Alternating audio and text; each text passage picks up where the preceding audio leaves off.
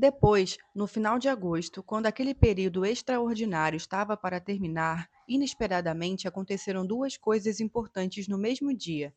Era o 25. Lembro exatamente porque era a data do meu aniversário. Me levantei, preparei o café para todos, disse à mesa: Hoje faço 15 anos. E já enquanto falava, me lembrei de que Lila tinha feito 15 anos no dia 11, mas, tomada por tantas emoções, tinha me esquecido disso. Embora o costume de então fosse comemorar sobretudo o onomástico, os aniversários na época eram considerados irrelevantes, o Sorratori e Nela insistiram em fazer uma festinha à noite. Eu fiquei contente. Eles se aprontaram para descer ao mar e eu estava tirando a mesa quando o carteiro chegou. Apareci na janela. O carteiro disse que havia uma carta para Greco. Desci correndo com o coração aos pulos.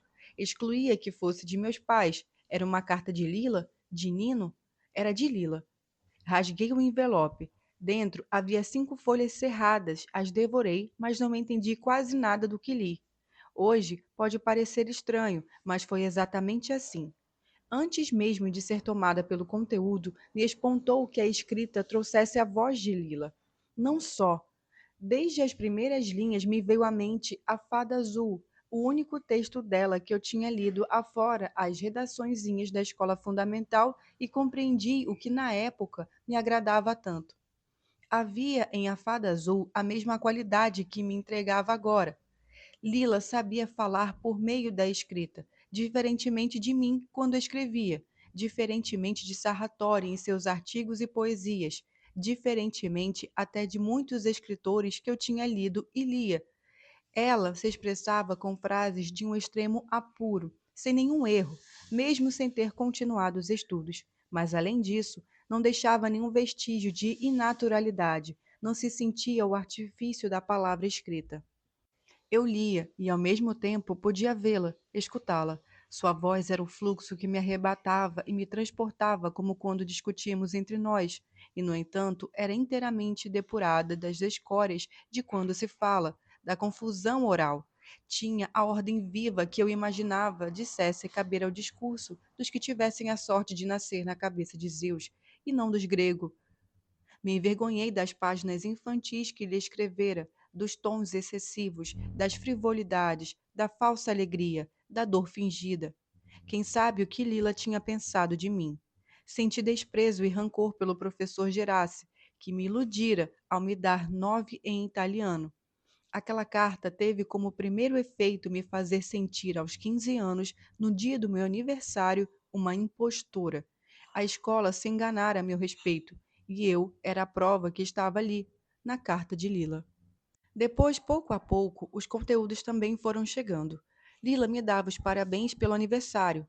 Não me escrevera antes porque estava contente de me saber passeando sob o sol, em boa convivência com Sarratori, amando o Nino e aproveitando tanto Ischia, a praia dos Moronte, e não queria estragar minhas férias com suas histórias tristes. Mas agora sentira a urgência de romper o silêncio. Logo após minha partida, Marcelo Solara, com a permissão de Fernando, passara a vir todas as noites para o jantar.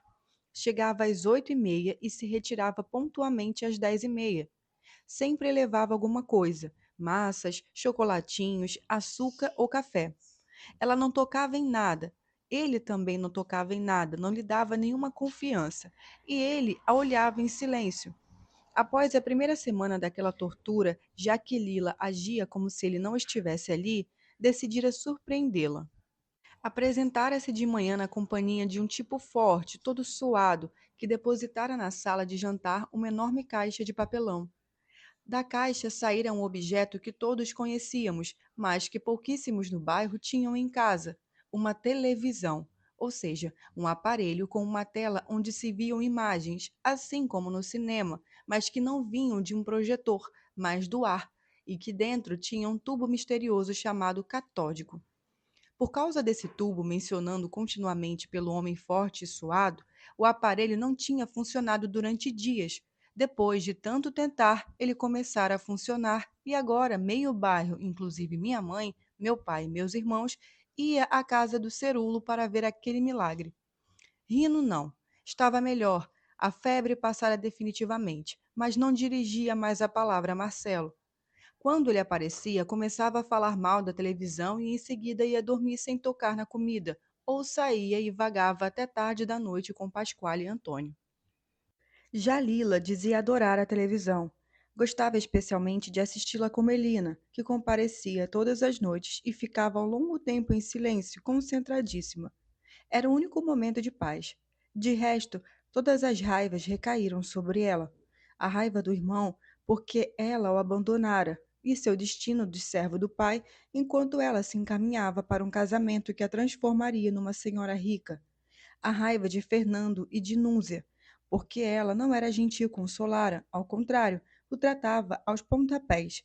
E a raiva de Marcelo, que sem que ela jamais o tivesse aceitado, se sentia cada vez mais noivo, aliás, dono, tendendo a passar da devoção muda a tentativas de beijos, a perguntas suspeitosas sobre aonde ia, quem encontrava, se sentia tido outros namorados, se alguém algum dia a tocara pelo menos de forma leve.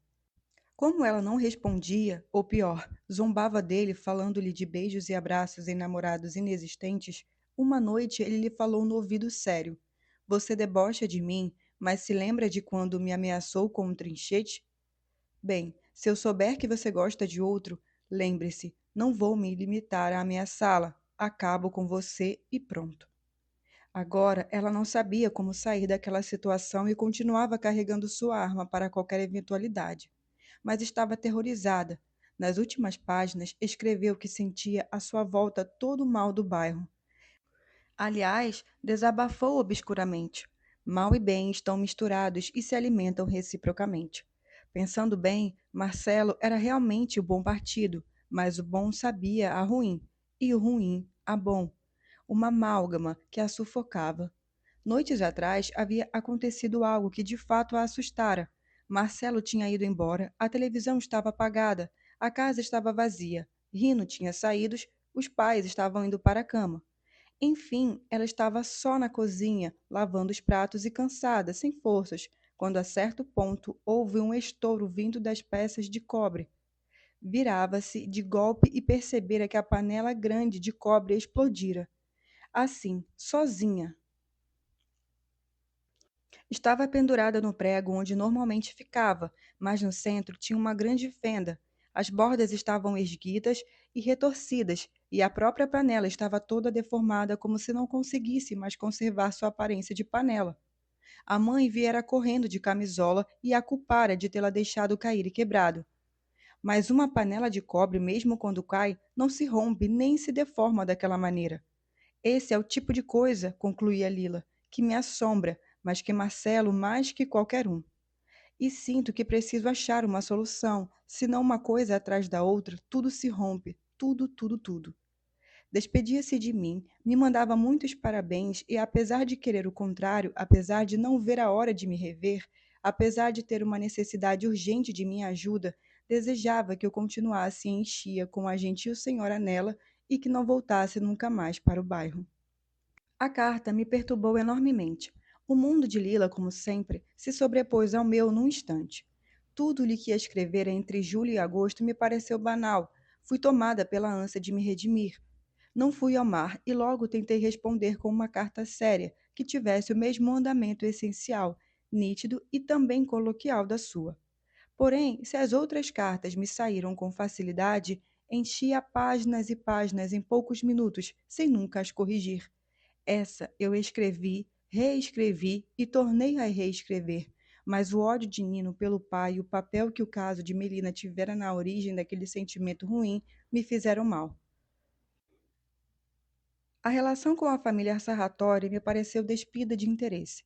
Donato, que na verdade era um homem notável, em seus textos me soava um pai de família banal. Quanto ao que se referia a Marcelo, só consegui dar conselhos superficiais. De autêntico, só senti o desapontamento porque agora ela possuía uma TV em casa e eu não.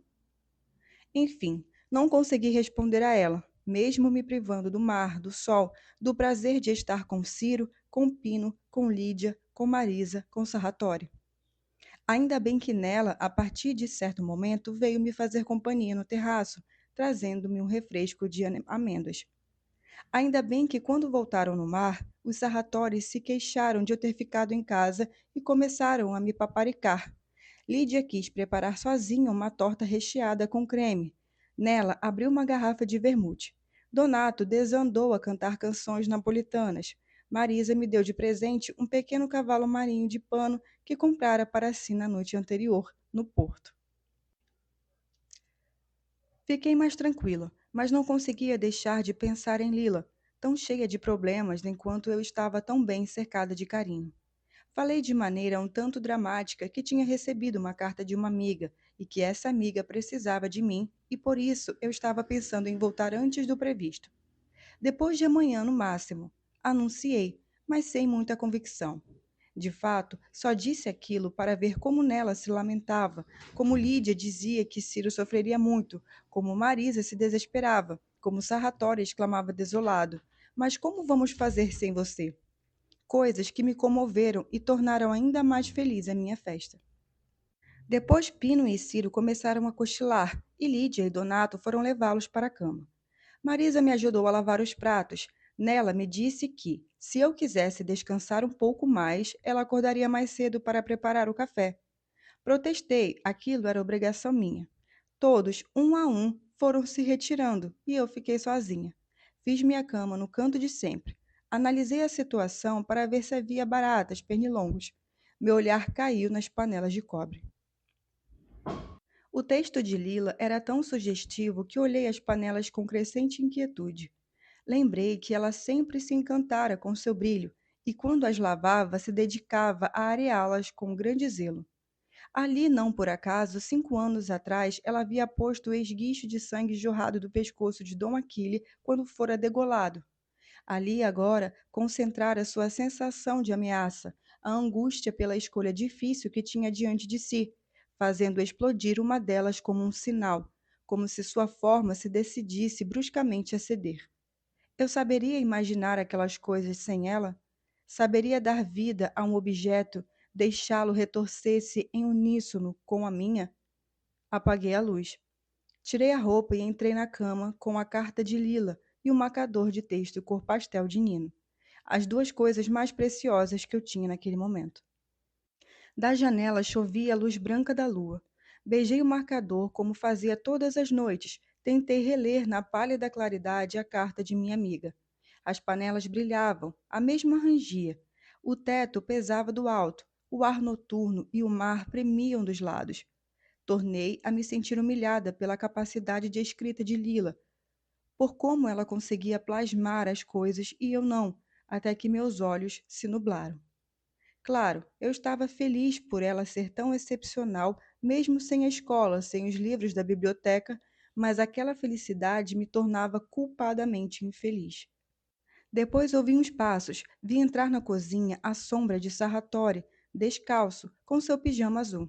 Me cobri com os lençóis. Ele foi até a torneira, pegou um copo d'água e bebeu.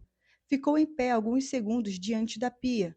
Pousou o copo, moveu-se em direção à minha cama.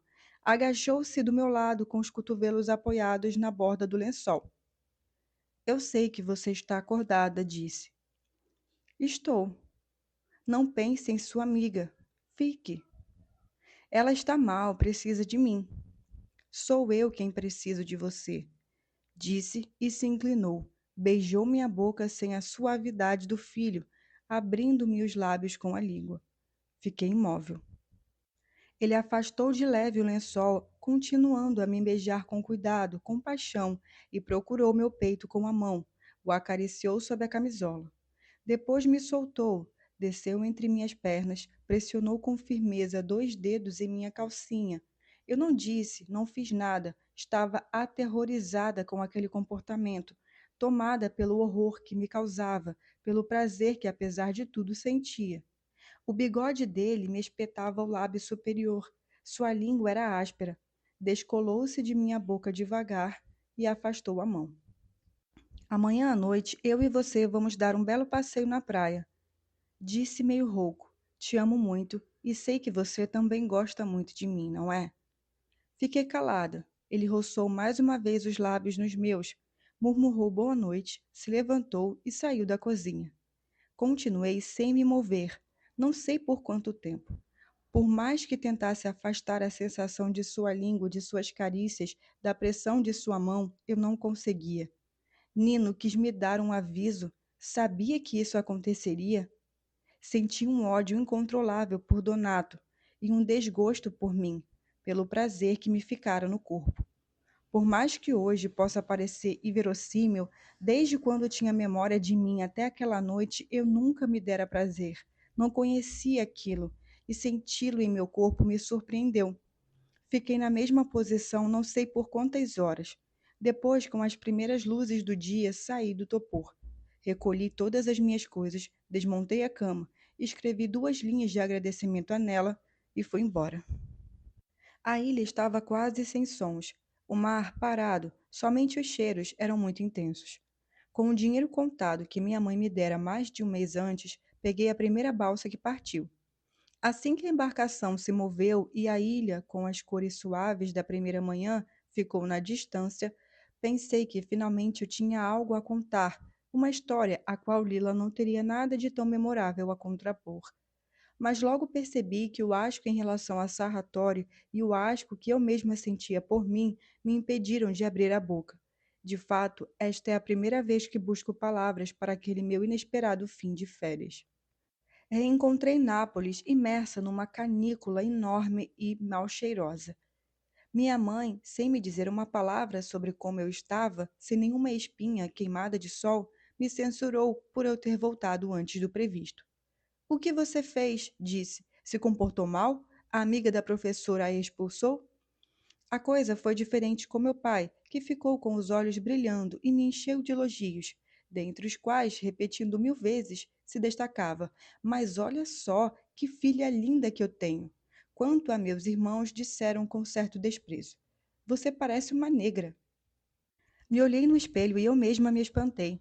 O sol me tornara de um louro esplêndido, mas o rosto, os traços, as pernas estavam como que pintados de ouro escuro. Enquanto estive imersa nas cores de Xia, sempre ante e rostos bronzeados, minha transformação me parecera adequada ao ambiente. Agora, uma vez restituída ao contexto do bairro, onde cada rua e cada rosto continuava de uma palidez doentia, me pareceu excessiva, quase uma anomalia.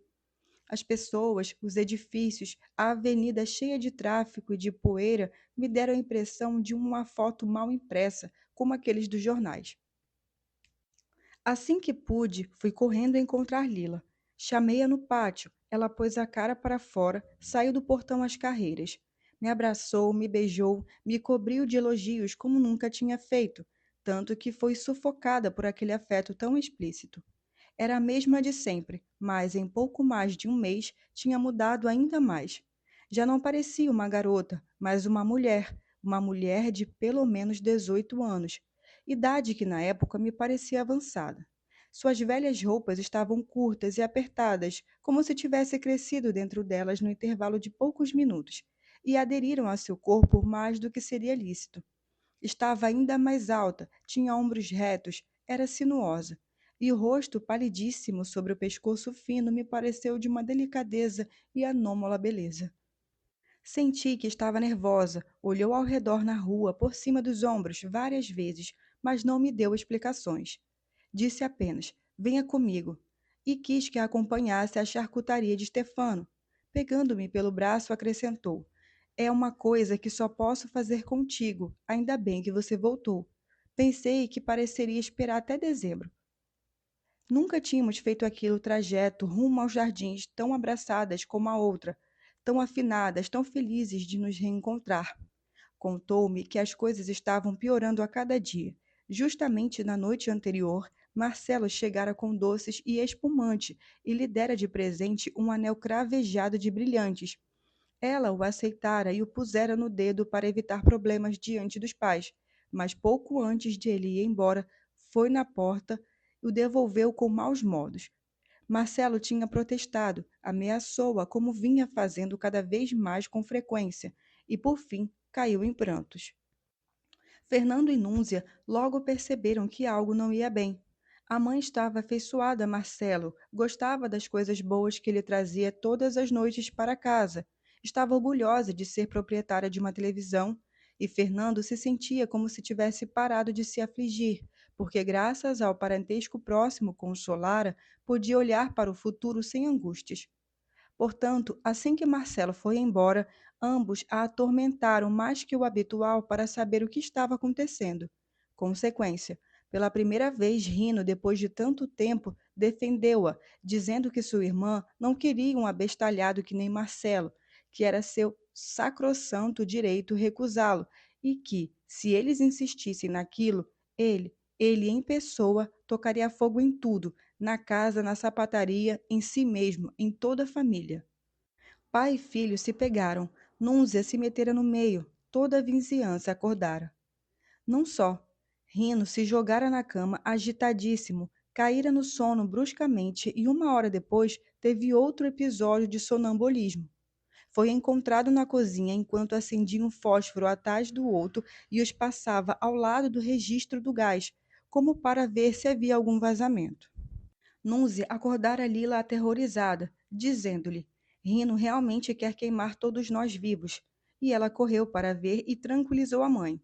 Rino estava dormindo e, no sono, ao contrário de quando estava acordado, se preocupava de fato que houvesse algum escapamento de gás. Acompanhou o irmão até a cama e o pôs para dormir. Eu não aguento mais, concluiu. Você não sabe o que eu estou passando. Preciso sair desta situação. Agarrou-se a mim como se eu pudesse carregá-la de energia.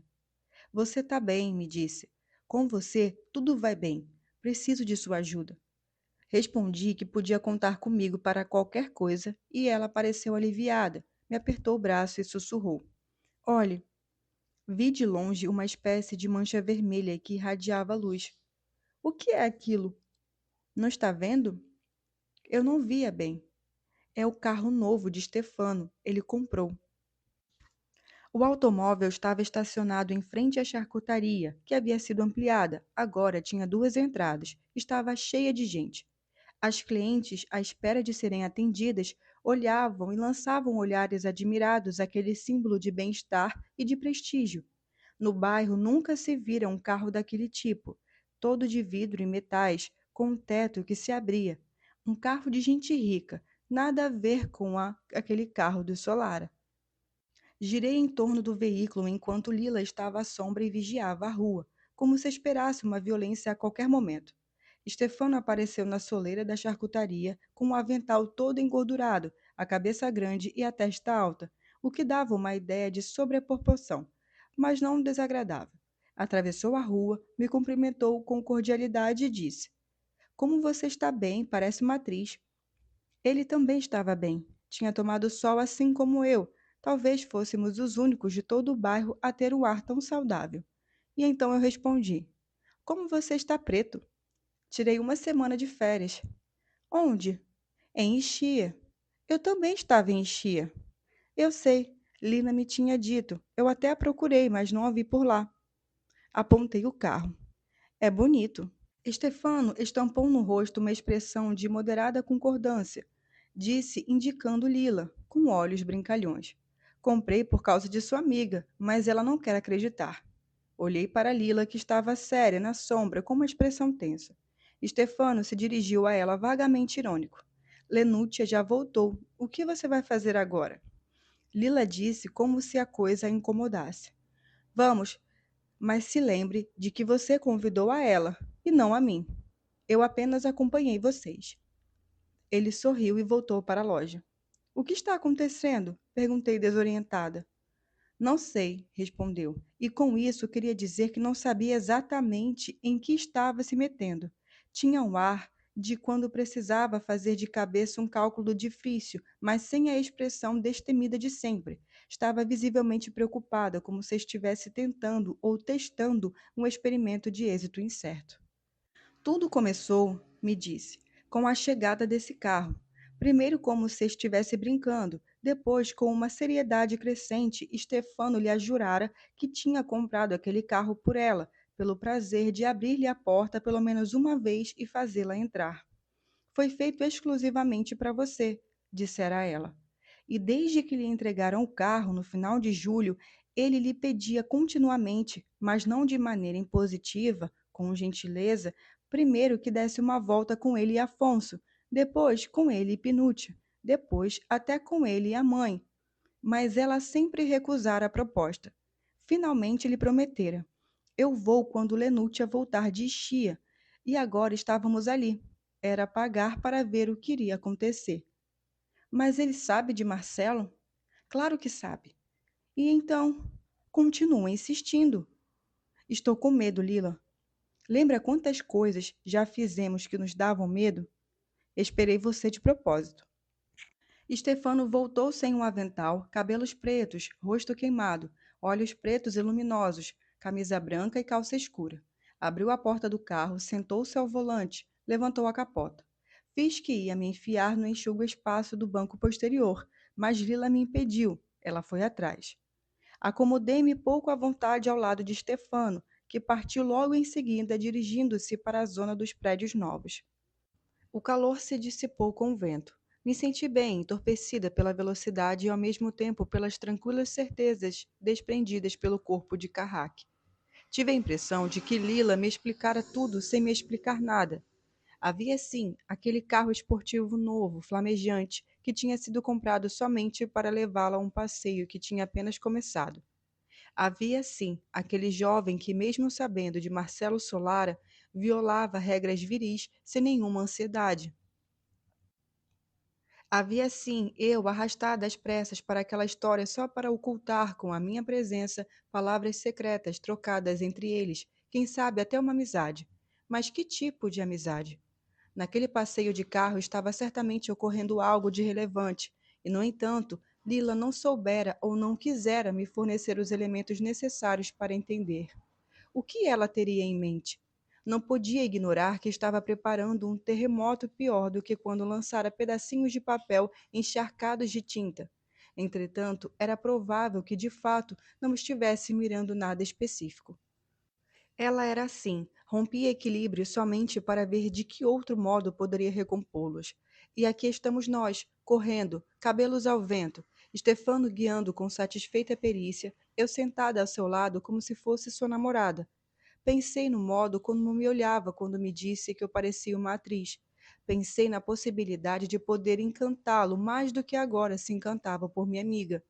Pensei com horror na possibilidade de que Marcelo Solara lhe desse um tiro. Sua bela figura, de gestos firmes, parecia toda consistência, assim como o cobre da panela que Lila me descrevera. O passeio pelos edifícios novos serviu para evitar passar em frente ao bar Solara. Eu não me incomodo se Marcelo nos vir, disse Stefano sem ênfase. Mas se isso incomoda você, está tudo bem. Pegamos o túnel, seguimos rumo à marina. Era a estrada que tínhamos feito eu e Lila muitos anos atrás, quando a chuva nos pegara de surpresa. Mencionei aquele episódio, ela sorriu. Stefano quis e contamos-nos. Contamos cada detalhe, nos divertimos e nesse meio tempo chegamos aos Granilli, na zona portuária. O que acham? É veloz, não é? Corre muito, respondi entusiasmada. Lila não fez nenhum comentário.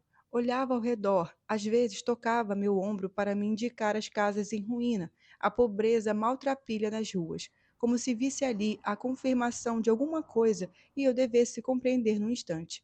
Depois perguntou a Stefano, séria, sem preâmbulos: Você é mesmo diferente? Ele a procurou no retrovisor. De quem? Você sabe. Não respondeu imediatamente. Depois disse em dialeto: Quer que lhe diga a verdade? Sim, a intenção é essa, mas não sei como isso vai terminar. Naquele momento tive a confirmação de que Lila deve ter me omitido diversas passagens.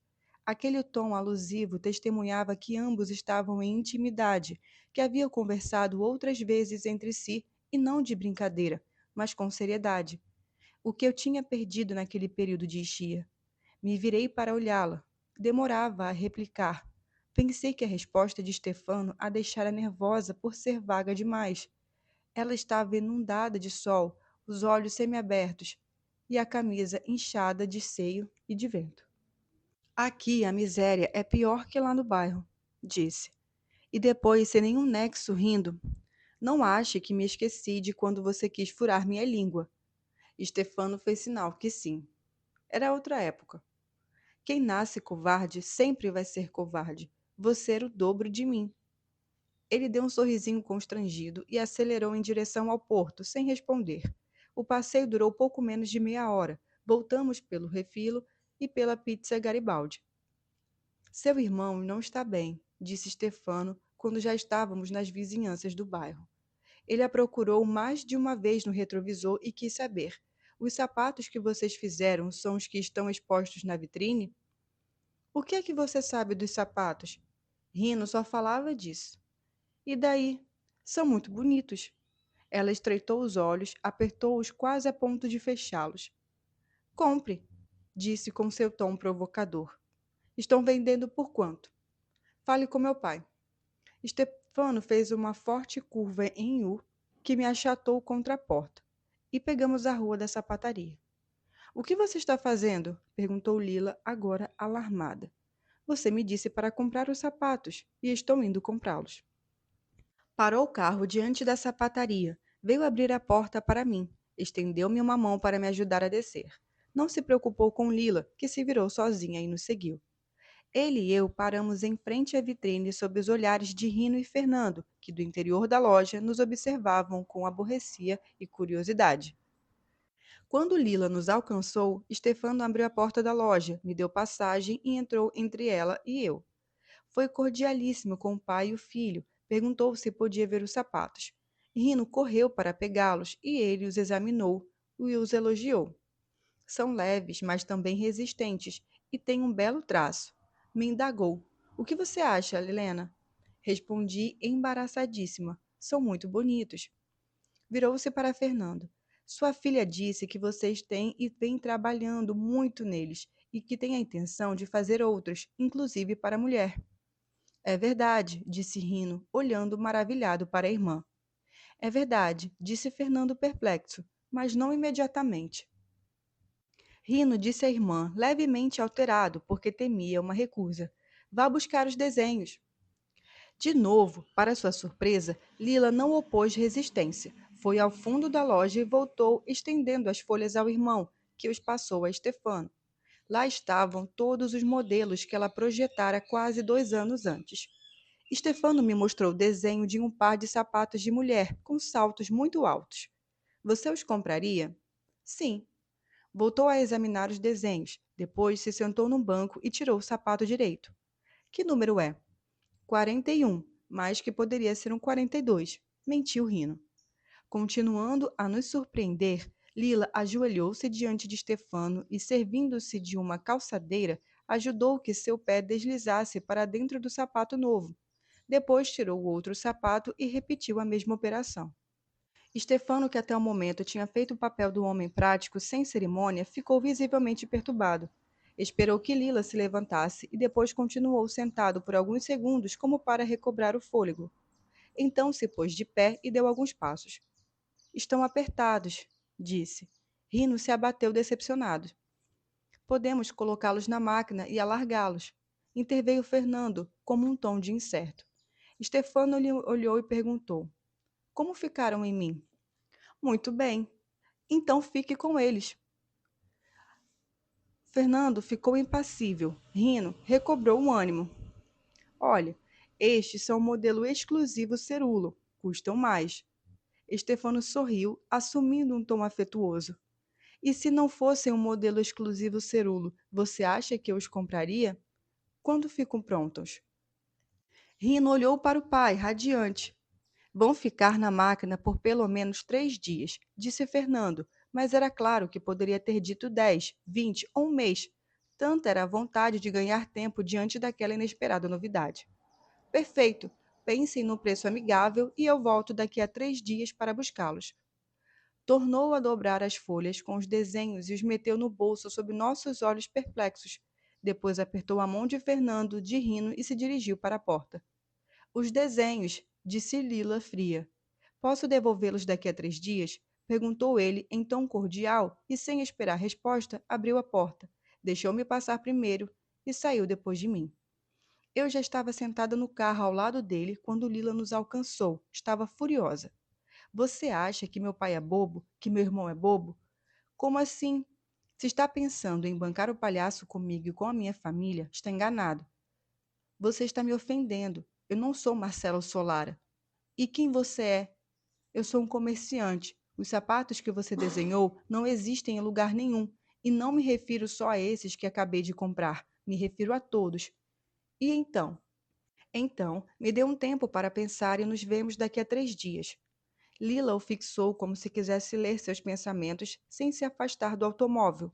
Por fim, disse uma frase que eu jamais teria coragem de pronunciar.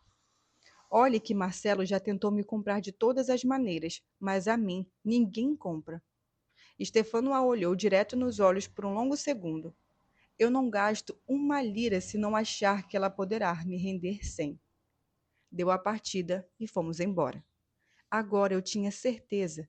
O passeio de carro tinha sido uma espécie de acordo acertado ao final de vários encontros, de muita conversa. Eu disse baixinho em italiano: Por favor, Stefano, pode me deixar na esquina? Se minha mãe me vir no carro com você, ela quebra minha cara. A vida de Lila mudou de modo decisivo durante aquele mês de setembro. Não foi fácil, mas mudou. Quanto a mim, tinha voltado de Ixi apaixonada por Nino, marcada pela boca e pelas mãos de seu pai, certa de que choraria noite e dia por causa daquela mistura de felicidade e horror que sentia por dentro. Em vez disso, não fiz nem mesmo a tentativa de buscar uma forma para minhas emoções, e tudo se redimensionou em poucas horas. Deixei de lado a voz de Nino, o incômodo dos bigodes de seu pai. A ilha esmaeceu, perdeu-se em algum fundo secreto de minha cabeça. Dei lugar ao que estava acontecendo com Lila. Nos 3 dias seguintes ao surpreendente passeio no carro conversível, ela, com a desculpa das compras, foi várias vezes à charcutaria de Stefano, mas sempre pedindo que eu a acompanhasse. Concordei com o coração aos pulos, assustadas por uma possível incursão de Marcelo, mas também satisfeita com meu papel de confidente pródiga em conselhos, de cúmplice na concepção de tramas, de objeto aparente das atentações e atenções de Stefano. Éramos menininhas, ainda que nos imaginássemos perfidamente dissimuladas. Bordávamos sobre os fatos, Marcelo, Stefano, os sapatos, com a nossa habitual paixão, achando que sempre saberíamos fazer tudo se encaixar. Vou falar assim a ele. Ela conjecturava e eu sugeria uma pequena variação. Não, fale assim. Depois, ela e Stefano falavam sem parar, num canto atrás do balcão, enquanto Afonso trocava 2 palavras comigo. Pinucci atendia as clientes irritada e Maria, no caixa, espiava com apreensão o filho mais velho que, nos últimos tempos, dava pouca atenção ao trabalho e alimentava as fofocas das comadres. Naturalmente, improvisávamos. Durante aquelas idas e vindas, tentei entender o que realmente passava pela cabeça de Lila, de modo a estar em sintonia com seus objetivos. A princípio, tive a impressão de que ela pretendia simplesmente obter algum dinheiro para o pai e o irmão, vendendo caro a Stefano um único par de sapatos produzido pelo Cerulo, mas logo me pareceu que ela visava, sobretudo, desembaraçar-se de Marcelo, servindo-se do jovem salsicheiro. Decisiva nesse sentido foi a vez em que lhe perguntei: Dos dois, qual o que mais lhe agrada? Deu de ombros. Nunca gostei de Marcelo, me dá nojo. Você ficaria noiva de Stefano só para expulsar Marcelo de sua casa? Pensou um instante e respondeu que sim. A partir daquele momento, o objetivo final de todas as nossas comunicações nos pareceu este: combater por todos os meios a intrusão de Marcelo em sua vida. O resto veio movimentar-se em torno disso quase casualmente, e nos limitamos a dar-lhe um andamento, às vezes uma verdadeira orquestração. Ou pelo menos assim pensávamos. Quem agiu de fato foi sempre e somente Stefano. Pontual, 3 dias depois, ele foi à loja e comprou os sapatos, embora ainda estivessem apertados. Entre muitas incertezas, os dois cerulo lhe cobraram 25 mil liras, mas prontos a baixar o preço até 10 mil. Ele não titubeou e desembolsou mais 20 mil em troca dos desenhos de Lila, dos quais disse ele gostava muito e pretendia moldurá-los. Emoldurar? Indagou Rino. Sim. E você disse à minha irmã que também compraria os desenhos dela? Disse. Stefano não parou por ali. Nos dias seguintes, apareceu de novo na sapataria e anunciou a pai e filho que tinha alugado o local adjacente à loja deles. Por hora está vago, disse, mas se um dia vocês decidirem ampliar, lembre-se de que estou à disposição.